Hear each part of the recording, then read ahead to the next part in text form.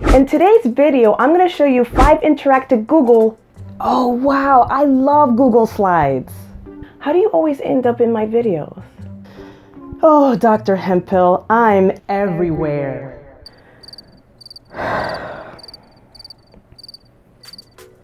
These 5 interactive Google Slide games can be used in an online meeting, or you can send them directly to your students, and it really take your lessons up a notch and get your students practicing those essential English language skills.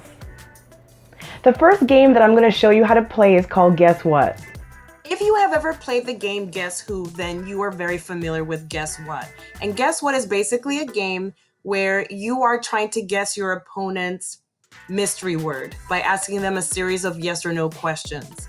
And the beauty of Guess What is that you can edit it so you don't have to use the vocabulary words, and it's also linked with Quizlet so that you can have your students practicing the words so they're familiar with it before actually playing the game. And once your students are ready to play the game, they are going to choose whichever vocabulary word, as you can see here. So let's pretend that I'm one of the opponent.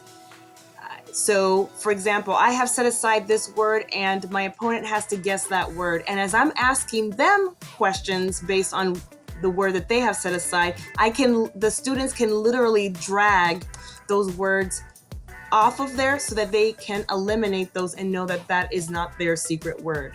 And they're doing the same thing when they're trying to guess my word. So that's the beauty of it.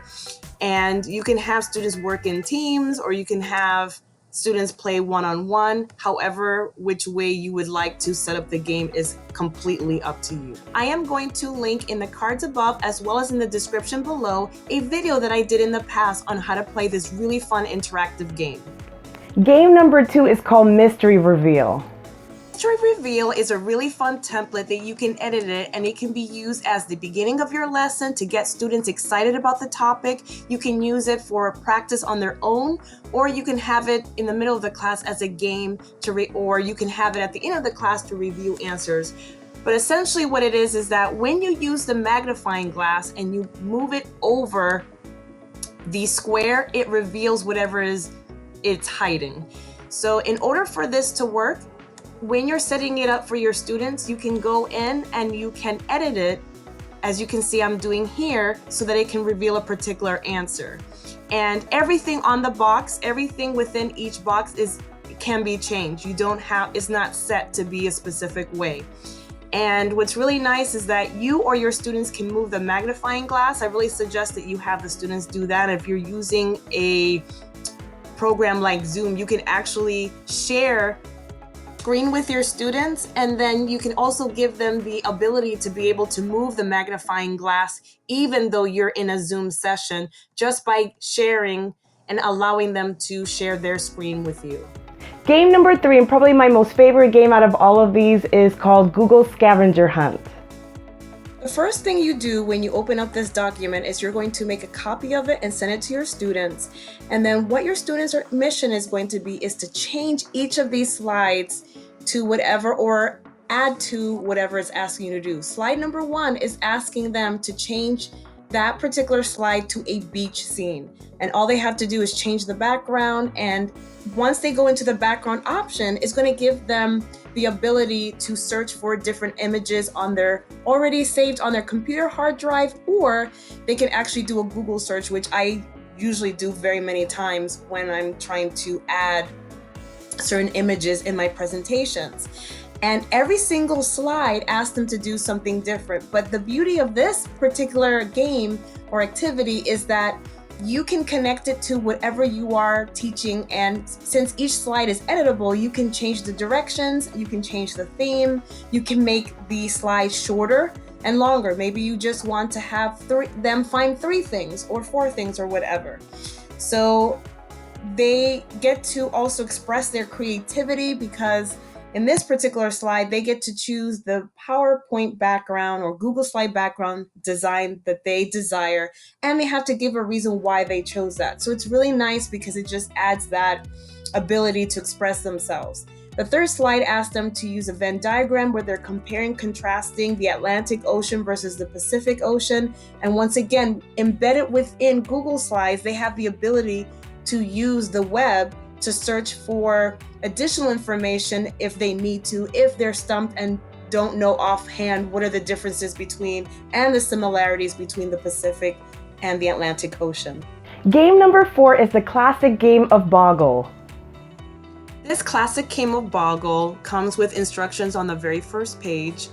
And what I like about it is that it does have an example on the first page. And once they go to the second page, they can start playing the game. And you, as the teacher, you can actually change the game around and edit every single letter so that if you are connecting the letters to a particular topic that you're teaching your students, you can do that as well. Then you're going to instruct your students that they can create lines by going into the menu option, and they have a number of different options that they can choose from. But I always tell them to use the squiggly line only because it seems to be the one that's less frustrating. They don't have to worry about making those perfect lines and going back in. They can make one line in one straight shot and then turn it into you, and then you can correct it and make sure they have found all the appropriate letters. Which is your favorite game to share digitally with your students? Make sure to comment in the comment section below, and I might feature your comment in a future video. And last but certainly not least is game number 5 for all of you game show fans, is the game of Jeopardy. If you have played Jeopardy with your students, you know how much it can be a lot of fun. And in this version of Jeopardy, it has specific editing instructions so that you know exactly what to do for each page. And this particular version of Jeopardy is set up to have 5 different topics. And as you're preparing this game for your students, you will go into every single heading and edit it for the specific topic that you're covering with your students. I noticed that when I went into edit, it would default to black. So I'm pretty sure that there's some settings that you can default it so that it goes to white so that it pops out and students can see it. But I just did the quickest route and I just highlighted it and changed it to white. As you go through each page, it does go in order. So for example, it would do topic 1 and the $100 question. There you would type in the question that is the answer that your student will be giving, as in Jeopardy is a style game where the answer is actually a question. So you can type that in. Once you type that in, you can go onto your next page and put in the actual answer, which is what you actually give to your students. And you don't have to worry about the order in which the game will flow because it will automatically link it to the correct pages. So in other words, as you're typing in, you'll notice that on the bottom hand right of the screen, it will say like click to see answer, for example. So you would click there. And then if you want to go back to the Jeopardy board, you can, and it keeps track of what answers your students got correct and incorrect. And a really nice feature of this particular Jeopardy game that I haven't seen in others is that they have a final Jeopardy round so that you can find who is going to be the final winner of the game, which is really a great feature. If you're looking for more ways to make your games interactive with your students, I highly recommend that you check out these dice cubes, and you will keep your students guessing as to what you're going to ask them next. I really hope that today's video has helped you. If it has, make sure to hit the like button. It really helps my channel a lot. Please share with a colleague, and I will see you here next week for more tips, strategies, and resources for English language learners.